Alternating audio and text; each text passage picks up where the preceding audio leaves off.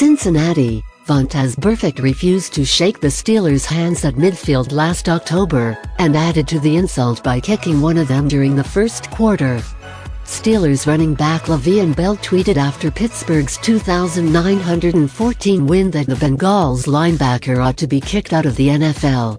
"There's no holding back in this rivalry.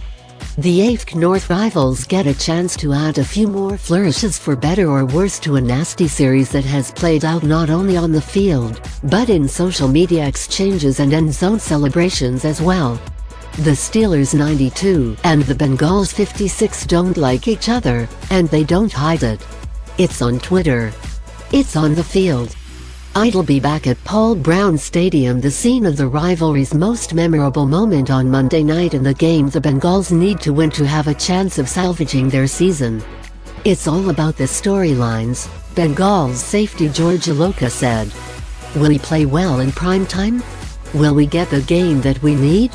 How many games have we lost to them in a row? I know the storylines. So do the Steelers, who are off to their best start since 2004. They've won 5 straight against Cincinnati and 8 of 9 in the series, a span that includes the Bengals' playoff meltdown at Paul Brown Stadium during the 2015 season. That's the one in which Burfict hit Antonio Brown in the head in the closing seconds, moving the Steelers in range for the winning field goal. They've been going at it ever since, even when they're far away from each other playing other teams. In November, Bengals receiver A.J. Green was ejected in Jacksonville for grabbing cornerback Jalen Ramsey around the neck, tackling him and punching him. The Steelers' reaction? In their next game against Indianapolis, Bell and receiver Juju Smith-Schuster celebrated a touchdown by reenacting the Green-Ramsey confrontation. "I thought it was funny, so we wanted to make it a celebration," Bell said this week. "We weren't trying to downplay them or make A.J. Green feel a certain way.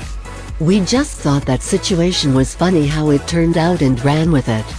They weren't laughing in Cincinnati, where several storylines will play out Monday night. Prime-timers the Steelers love the nighttime stage. They've won 10 straight primetime games, including 3 already this season against the Lions Sunday night, the Titans Thursday night, and the Packers last Sunday night. Following their game in Cincinnati, they host the Ravens on Sunday night. "All your peers are watching, all your family is watching, your friends, people all over the world," Pittsburgh's Ben Roethlisberger said. "So it's fun when you put on a good show." For the Bengals, it's been a horrific time slot. They're 11-23 on Monday night, dropping their past 3, and 314 on Sunday night. Pats on the brain? Steelers coach Mike Tomlin raised eyebrows when he openly talked about Pittsburgh's deck 17 meeting with New England during a taped interview before the Steelers narrowly escaped the Packers. Roethlisberger downplayed it, calling it part of a coach's job to look down the road. Safety Mike Mitchell, however, thinks it's only natural to have what could be the game of the season in the AFC highlighted. "I'm going to prepare for the Cincinnati Bengals, because that's who we play this week," Mitchell said.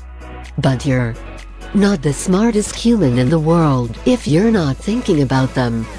Get them down." The Steelers have the league's 4th-ranked defense, but they've allowed a touchdown of at least 50 yards or more in each of the past 3 games, including 2 last week to unproven Green Bay backup quarterback Brett Hundley.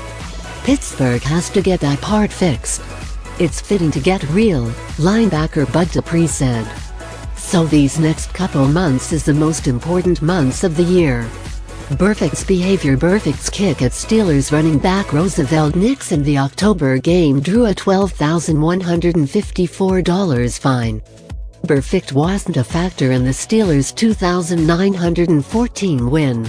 He was on the field for all 69 defensive plays and finished with only 4 tackles, no sacks, no pass breakups and no tackle for a loss. How will he put his mark on this game? No. Andy Dalton threw an interception during the 3rd quarter of the loss at Heinz Field, and hasn't thrown another since then. Has gone 5 games and 140 attempts without being picked off. the longest streak by a Bengals quarterback since Achilles Smith in 2000. Dalton is only .310 against the Steelers with 15 touchdowns and 13 interceptions. During the second half of the loss at Pittsburgh, the Bengals managed only 1 first down and 19 yards total. _______.